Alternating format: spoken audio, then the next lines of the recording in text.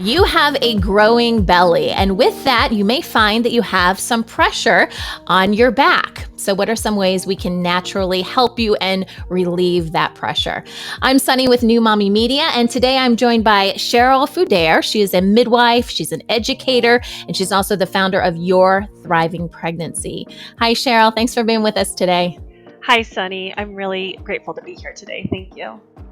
So, Cheryl, what point in pregnancy do moms typically start to feel this lovely back pain we're talking about?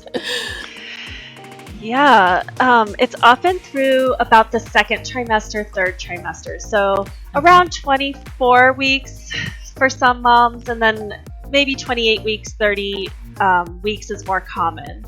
So It varies a little bit for everyone, but usually in the end of second trimester into the third trimester is when all of those muscles and ligaments really start feeling the pressure of your growing uterus. That was going to be my next question, is what is really happening in the body to cause this extra pressure? Obviously, you're growing a human being, okay? But can you give us an idea of what is physically happening in the body? Sure. So your uterus is attached to what are called round ligaments. So these are ligaments that attach to your pelvis in the front. And when our uterus is not pregnant, it's tucked right back in the pelvis. We go through our monthly menstrual cycles. And besides that, we don't notice it all that much. As you are growing a human, as you mentioned, as your baby grows, your uterus gets larger and expands and moves your organs out of the way, and those little round ligaments get very, very taut and stretched. The muscles of your uterus are also attached to your the back of your pelvis, and the extra weight in the front of your body pulls the lower part of your back forward, and so it creates, we have a natural curve there, but it just creates a deeper curve. Plus, we have a hormone called relaxin in our body, and that starts later in pregnancy as well as you prepare to give birth. And relaxin really helps open up the joints so that you can give birth, because the pelvis is a pretty sturdy bone. It's several bones, but it's pretty sturdy. And so relaxin is really needed in order to help the pelvis open and shape so that you can give birth.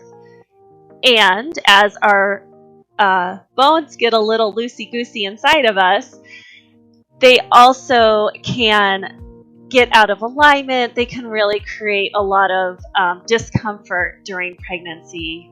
And I've seen some pretty severe cases of mamas that had bad back pain. And so I definitely my heart goes out to those mamas who are experiencing that.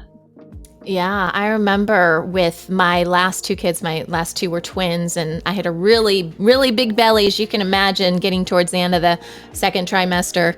And I remember having one of those, like this, the cradles, right? I even think it was called something cradle, but it was for back support and everything, just to help keep your body kind of a little bit more in alignment, because like you said, it does kind of feel like it's going all over the place. So what are some natural ways that moms can get relief if they're starting to feel that back pain? Mm-hmm. Well, the one you mentioned, so a belly band, some kind of belly support, and what that can really help do is sort of lift your uterus up a little bit, so it's not just so heavy in your pelvis and on your back. And so there's a ton of ones that are made specifically for pregnancy. But if you are looking for like something kind of do it yourself, you can also just take a long strip of muslin cloth, or some kind of not too stretchy but sort of stretchy cloth, and just tie it around the lower half of your abdomen. Excuse me. Tie it up in the back. You can even bring it around the front. And that has been used by many, many women over thousands of years to help relieve some of that back pain and pressure. Of course, I always suggest to my clients to find a good chiropractor. And there are lots of chiropractors. There's chiropractors who have extra certification in pregnancy and newborn care. Okay. And so, kind of doing a search, doing a little bit of due diligence and looking for someone in your area, or getting a recommendation from your midwife or your doctor to ask them if they have a recommendation for a chiropractor in your area. That can be a great resource as well. I have seen it do wonders for sure. Also, if possible, massage. Again, just another wonderful way to support your body during pregnancy. We all need a little bit more touch in our lives, and massage can help relieve those muscles that are being strained during your pregnancy as well. And along those lines, what about heat or keeping the area cool? I don't know which one would even be better, but is that good or bad? Absolutely. So you don't want to put a hot pack on your abdomen, on your uterus directly, but you can definitely use one on your lower back.